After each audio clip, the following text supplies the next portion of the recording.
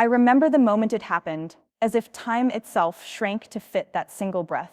The church doors swung open on a late April afternoon, and the soft hum of mourners' whispers washed over me like a winter tide. I stood at the back of the nave, heart pounding, hands clenched so tightly at my sides, my knuckles blanched white.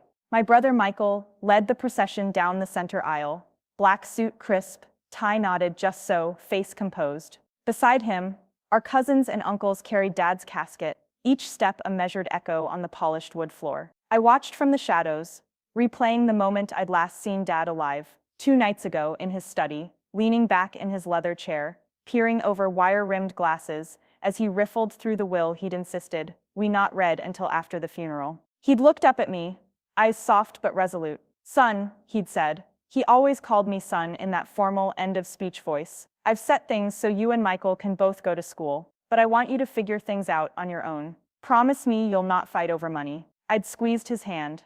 "I promise, Dad." Now, as the mourners filed into the pews, I took a steadying breath and followed. The sun slanted through stained glass windows, painting the polished floor in fractured rainbows. Top-tier funeral attire, pressed into rows of chairs, dark suits, pearls, pressed dresses in muted florals. Faces I'd only half known, Dad's old clients, the local council members he'd mentored, nodded sympathetically as I passed. At the front, Michael stood beside Mom, whose mascara made little black trails down her cheeks. The pastor's voice rose and fell, reciting Ecclesiastes as if reading from a script. "To everything there is a season, a time to be born, and a time to die." Mom clutched a folded handkerchief to her chest, her lips trembling. When they closed the casket lid, a hush fell. We sang Amazing Grace in unison, dry eyes bobbing up and down, fake courage in faltering voices, and then it was over. The pastor blessed us, and the organist let the last chord hang in the air like a question. We spilled out into the courtyard, where the hearse waited. Cameras of smartphones popped up, a cousin snapping photos for the obituary page, reporters from the local paper celebrating Dad's legacy. We lined up single file to load the casket back in, Dad's polished nameplate catching the sunlight. By the time I reached the hearse, Michael had slipped inside the back row, first chair, next to the casket. Mom was already seated on his right, her head bowed.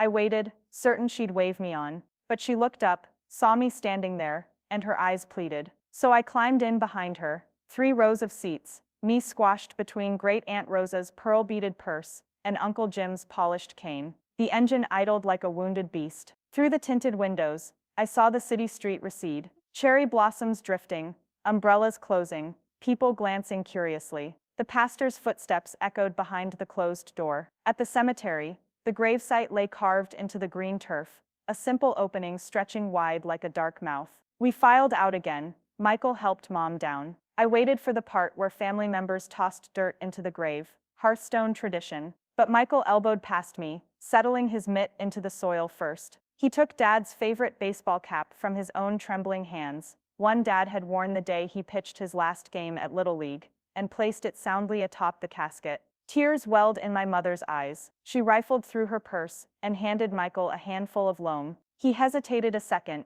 eyebrows furrowing, maybe surprised to be the first. But then he let the earth fall, each grain a hollow drumbeat in my chest. One by one, the rest of us followed. Cousins, aunts, friends, all climbed into the shallow pit and laid fresh dirt. As I stepped forward, I realized Mom and Michael were already walking away toward the flower-draped gazebo where the reading of the will would begin. I paused, shovel halfway lifted to the grave, watching them depart. Michael glanced back once, saw me standing alone, and a flicker of hesitation crossed his face. But he didn't stop. Mom offered him her arm and steered him through the gravestones, toward the white folding chairs, crowding around long banquet tables. I set the shovel down. A heat rose in my face, anger that I'd dared to hope for a moment that they'd wait for me. But as I watched Michael slip between 2 uncles, I realized something colder. They didn't want me there for the inheritance reading. After all the comfort my brother had offered Mom, strength in her despair, they were ready to do what Dad had forbidden.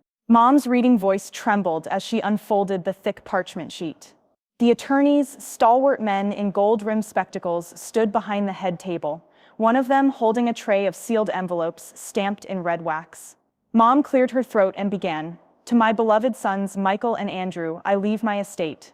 She paused, glancing at Michael, who had a small, eager smile. Mom's next words should have gone to both of us, yet she continued. I leave my estate to my firstborn, Michael Robert Harper, in recognition of his lifelong devotion and care. A gasp rose from the crowd. Michael's face went white as the envelope slipped through his fingers. He looked up at Mom, mouth open, teardrops shining on his cheeks, tears that weren't entirely sorrow. A token of my love and trust, she read on. Andrew, I leave you my love and my deepest pride. She handed the parchment to the attorney, then lifted the envelope and placed it before Michael. And now the remainder of my estate, the home at 12 Elmwood Drive, the savings account at First National, and all assets thereof. Michael's hands trembled as he broke the wax seal and withdrew a stack of papers. He didn't look for me as he did so. I felt a cold knot tighten in my stomach. That is all, Mom concluded, voice quavering. Thank you everyone for being here. A polite round of applause sounded awkward, solemn. Michael's head bowed, Mom patted his shoulder. The attorneys slipped away to tidy their papers. Guests drifted to the buffet, smoked salmon, croissants, fruit platters. Laughter, forced, polite, bubbled in the spring air. I stood at the edge of the flower beds, arms folded, as aunts and uncles crowded around Michael, offering condolences and congratulations in the same breath. Such a clever will, one murmured. Your mother had such faith in you. Faith, a bitter chuckle escaped my throat. It took all my willpower not to march over and demand a reading of the part that applied to me. Dad's handshake promise, Mom's whispered kisses after every win.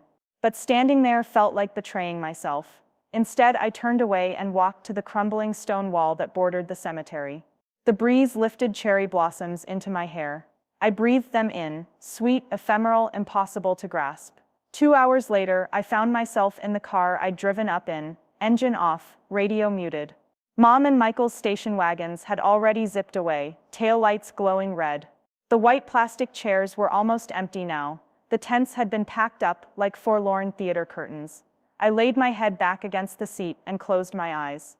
The past few days had been a blur of hospital corridors. Dad on life support, Mom's muffled cries, Michael's shaking hand on my shoulder. We'd been united in grief, but in these final moments, I saw the divide widen between us. I thought of Dad's study, mahogany desks strewn with bills and letters, framed photos of our childhood fishing trips. I'd promised him I'd let go of money, let go of conflict. He'd made me promise. So I sat there, still as a stone, and let it go. A message flashed on my phone. Where are you? It was Michael. He'd tried to call me twice already. My thumb hovered. I could tell him the truth, why I'd left, how betrayed I felt. But I closed the message without a reply. This was my moment to breathe, to let the wind sort itself out. Finally, I unlocked the door and stepped out. The cemetery gates had swung back shut. Empty parking lot stretched before me. I walked across the asphalt, shoulders straight, head held high. I pushed the car door closed, the lock clicking like an exclamation mark. I remembered Dad's last words, promise me you'll not fight over money. And I kept that promise, tucking it deep inside, even as I walked away from my brother, away from the inheritance he'd claimed. I let the cherry blossoms swirl around my feet, and I felt for the first time a strange calm, a life unburdened by expectations, free of grudges. My path lay beyond that gate, uncharted, waiting for me to choose it. I climbed into my car, turned the key in the ignition, and felt the engine hum a promise of its own. I glanced in the rearview mirror, the church spire receding in my windshield, the gravestones fading behind me. Then I drove away, away from family feuds, away from the ghost of a father I'd lost, away from the brother I once trusted. And as the road stretched out, I whispered to the empty passenger seat, Dad, I kept my promise. The highway ribboned out beneath me, the midday sun glinting off the guardrail as I drove north toward the foothills. Through the windshield, miles of green hills rolled by, dotted with sheep and the occasional farmhouse. My phone lay silent in the cup holder. No calls, no texts. For the first time in days, that felt right. I passed a small sign, Welcome to Willow Creek, population 2,347. The name lodged in my mind. Willow Creek. Quiet, unhurried, exactly what I needed. I took the next exit. I found the Willow Creek Inn at the end of a lane lined with willow trees, their long branches brushing the asphalt. A low wooden building with wide porches and rocking chairs called to me. The sign read, Vacancies, and I pulled into the gravel lot. Inside, an older woman with rosy cheeks peered over her spectacles. "Welcome to Willow Creek Inn," she said, voice warm as honey. "Looking for a room?" I nodded, sliding off my sunglasses. "Just for a few days." She handed me an old-fashioned key. Room 7. Third floor balcony overlooking the creek. She smiled. "Perfect for clearing your head." I thanked her and lugged my bag up the narrow stairs. Room 7 was small but cozy. A queen bed, a roll-top desk, and a window framing a willow-swept creek. I set my bag down, walked to the window, and watched leaves drift across the water. The world felt peaceful, like a breath held in gentle suspension. That afternoon, I wandered into town. A general store sold fresh pies. The aroma of apples and cinnamon curled my stomach into butterflies. I bought a slice, sat on a bench by the creek, and ate slowly, savoring sweetness, listening to water lap over stones. A man in overalls approached, tipping his hat. "You new here?" I nodded. "Just passing through." He leaned on the bench. "Name's Carl. I own the dairy farm on Maple Road." "You look like you've been through the ringer." I managed a weak smile. "Is it that obvious?" He chuckled kindly. "We see a lot of faces come and go.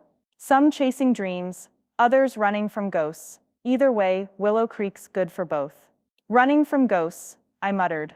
"That sounds about right." He nodded sagely. "Well, if you need fresh milk or just someone to talk to, swing by the farm. Coffee's always on." I thanked him and finished the pie. The world felt large and small, all at once, small enough for a stranger to note my pain, large enough that I could vanish into rolling hills. Back at the inn, I pulled out my laptop. I'd left the corporate world behind, but I couldn't stop thinking about my future. Dad's promise still echoed. Figure things out on your own. He hadn't meant inheritance, he meant life. On a whim, I sketched a plan. Open a small consultancy, helping local artisans build websites and online shops. I'd done that part-time in college. People in Willow Creek made handcrafted furniture, baked bread, wove blankets. They deserved wider markets. I could help them. Idea stirring, I drafted a simple flyer, web and marketing services for artisans and small businesses. Underneath, my email, my phone number, and a guarantee, "I'll get you online within 2 weeks, or it's free." I printed a stack on the inn's shared printer and slipped them under doors. The bakery, the general store, Carl's farm, the flower shop, the hardware store. Then I closed the laptop and watched dusk spill violet and gold over the creek. Morning came with birdsong and the smell of fresh dew. Over breakfast, the innkeeper, Mrs. Carter, asked how I slept. "Better than I have in weeks," I said. She beamed. "Room 7 has magic, I think." I grinned. Might be right. After coffee, I set out to explore. By mid-morning, the first inquiry pinged in my inbox. "Interested in website help, cinnamon rolls baked fresh daily. How much?" I smiled. The bakery owner, Mrs. Nguyen, wanted an online ordering page. I agreed to meet her at 2. Lunch at the cafe where I'd first arrived. The owner, Sam, invited me for a sandwich. "Saw your flyer," he said. "My cafe's online reviews are non-existent." He laughed. "Could use your help." By midday, I had 3 confirmed clients: the cafe, the bakery, and Carl's farm, who wanted an online store for cheese and milk deliveries. My heart beat faster. My phone buzzed constantly with questions and thanks. This felt purposeful, immediate, nothing like cold boardrooms or hoarded assets. That evening, I stood on the balcony of room 7, the creek murmuring below. I thought of Michael, the way he'd bypassed me at the casket, the way Mom had read the will as if I were invisible. I'd let it go. I still had, but I wasn't broken. I was building something new. I opened my laptop and drafted emails, wireframes for the bakery, logo sketches for the cafe, product listings for the farm. My hands flew over the keyboard, heart alight. Then, a text from an unknown number. "I'm sorry. Can we talk?" It was Michael. I stared at it, my thumb hovering. I closed the message without reply. Not yet. I wasn't sure what talk meant. Guilt? Regret? Remorse? Or just business? "Can you help me sell Dad's land?" I didn't know, and right now I didn't care to find out. Over the next week, I transformed Willow Creek's small business scene. I built a simple but elegant site for Mrs. Nguyen's bakery, photos of cinnamon swirls, click-to-order buttons. Her online orders jumped from 0 to 20 a day. At the cafe, I created a menu that customers could download and print. Traffic increased as travelers detoured to see the famous Webby Cafe. Carl's cheese sold out within hours of our soft launch. Each night, I burned the midnight oil, tweaking code, writing blog posts about small-town entrepreneurship, sharing tips on social media. The energy was different from corporate hustle. It was collaborative, human, grounded. I sent invoices at week's end, but I discounted my fees heavily. Profit wasn't my first goal. Establishing trust was, and every morning the freeway's roar felt farther away. Here, my biggest deadlines were client birthdays or harvest seasons. I realized I was rediscovering joy in work itself. On Saturday, I took a break, hiking the ridge above Willow Creek. Ferns brushed my ankles, birds sketched arcs overhead. At the summit, I looked out over patchwork fields, the creek winding like silver thread. I thought of Dad's study, how he'd wanted me to learn independence, resilience, purpose. He hadn't needed to teach me money management. He needed me to find meaning. And here I had. Back in town, I treated myself to an ice cream cone at the general store. Carl waved as I passed and offered me a fresh bottle of milk on the house. I laughed and accepted it gratefully. That evening, as I was formatting a newsletter for Mrs. Nguyen, my phone buzzed again. Michael. I know I messed up, the text read. I was wrong to take everything. You deserved your share. Can we meet tomorrow? At the cafe, I stared at the message, heart racing, but not with anger, just curiosity. I typed, okay, noon at Sam's Cafe. Sunday at noon, I walked into the cafe to find Michael already there, nursing a black coffee. He looked smaller than I remembered. Slumped shoulders, weary eyes. I slid into the seat opposite him. Hey, he stared at his cup. Hey. Silence settled, heavy as a winter coat. Outside, the bell over the door jingled as customers came and went, oblivious to this family drama unfolding at a corner table. Finally, he looked up. I'm sorry, Andrew. I took the house, the savings, I took it all. I thought Dad wanted me to have it, since I'd taken care of Mom. But I was greedy. I studied his face. I promised Dad I wouldn't fight over money. He nodded miserably. I know, but I still feel like I owe you something, approval. Forgiveness? I'm not sure what. I sipped my latte, thinking of Willow Creek. This town, you helped me get started here without even trying. I'm building something that matters to people I care about. He blinked, surprised. I saw your websites. Customers are raving. I shrugged. I like it here. I found my own path. He sighed. I lost my way after Dad died. I thought holding on to his house would mean I wasn't losing him. I felt a pang of sympathy. I get that. He drew in a shaky breath. Can you forgive me? I set down my mug. I never wanted to hold a grudge, but I needed to find my own life, separate from the will, separate from the inheritance. I'm not angry anymore. He reached across the table. Thank you. I shook his hand. Take the house. It's yours. I've got these clients now. I don't need the money. He looked relieved and a little guilty. I still want to help. I smiled. Start by giving me feedback on the site I built for you. He laughed, real and easy. Deal. As we packed up our laptops, the bell jangled again. Sam, the cafe owner, appeared with 2 fresh muffins. On the house for the Harper brothers, he announced. We both laughed, half embarrassed, half grateful. We stepped outside. Sunlight warmed our faces. Michael paused, looking at the rolling hills. I could get used to this, he said quietly. I clapped him on the shoulder. Welcome to Willow Creek, he grinned. Thanks, little brother. That evening, I drove back to the inn. The creek shimmered silver under the moonlight. On the porch, Mrs. Carter sat in a rocking chair, knitting by lamplight. How did it go? She asked, eyes twinkling. I sighed happily. Better than I could have hoped. She nodded knowingly. Keep your promise to your father, and to yourself. Willow Creek has a way of helping people remember who they really are. I stepped onto the porch. Thank you, Mrs. Carter. She tipped her hat. You're welcome anytime. I climbed the stairs to room 7, the key jingling in my hand. Inside, I opened the window and listened to the creek's lullaby. My phone buzzed one last time. A text from Michael. Coffee Monday. My treat. I smiled, typing back, looking forward to it. I crawled into bed, the quilt soft beneath me, and closed my eyes. Tomorrow I'd wake with a purpose, ready to help more people build their dreams online. No more ghosts. No more feuds. Just the promise of dawn, Willow Creek's quiet magic, and a life I'd chosen for myself. And as I drifted to sleep, I whispered into the darkness, "Thank you, Dad." Fulfilling the promise I'd made, learning to let go, to walk away when I needed to, and to find my own path under open skies.